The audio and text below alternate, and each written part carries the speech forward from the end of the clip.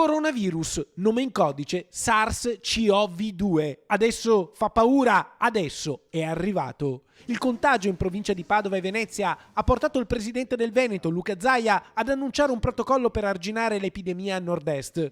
Ora, ogni giorno, è decisivo per provare a isolare i contagi emersi e per individuare quelli ancora sommersi. In questo momento intanto stiamo lavorando con tutti gli uffici preposti, in particolare con l'ospedale di Vicenza, per capire in che situazione ci troviamo a livello di contagi, e la notizia è rassicurante, nel senso che il direttore generale Pavesi ha rassicurato che in questo momento non ci sono persone infette o che comunque sono a rischio contagio. Francesco Rucco, sindaco e presidente della provincia di Vicenza, nel vortice di una giornata intensa in piena corsa contro il tempo per attuare un protocollo di sicurezza anti-coronavirus, ha deciso di annullare l'attesa festa di Carnevale in centro storico e a Campomarzo. Abbiamo deciso di sospendere il Carnevale in centro storico, l'abbiamo fatto alla luce di un colloquio con il direttore generale dell'URSS, che aveva consigliato prudenza rispetto a una situazione generale di cui non si capiscono ancora i contorni, si stanno approfondendo, e quindi nel dubbio abbiamo ritenuto opportuno, a tutela delle persone innanzitutto,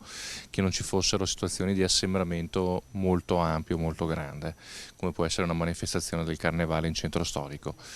Naturalmente su questo adesso ci sarà un confronto con la prefettura per capire poi anche a livello di altri sindaci, quindi come provincia, per un coordinamento, capire un po' le linee comuni da dare ai sindaci in un momento di incertezza rispetto a quello che sta accadendo. Non avendo dati certi e non avendo al momento dati conclamati di persone che sono effettivamente ammalate a Vicenza, in provincia di Vicenza, dobbiamo ragionare naturalmente per ipotesi e in via prudenziale. Anche il vescovo di Vicenza, d'intesa con il prefetto e l'ULSS, ha deciso di sospendere la cresima prevista domenica in Duomo. Ma tutto il vicentino è in fermento. A Brendola il sindaco ha emesso un'ordinanza di annullamento delle manifestazioni del fine settimana.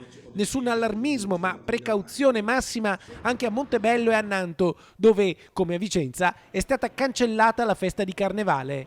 Intanto, l'invito a chi ritiene di avere dei sintomi che possano richiamare quelli del coronavirus è quello di non intasare gli ospedali, ma chiamare i numeri preposti. Ci sono anche dei numeri come il 1500 dedicato a un numero verde, appunto anche quello dell'ULSS numero 8, e poi naturalmente per i casi più urgenti il 118, che può organizzare anche l'uscita per venire a vedere la situazione.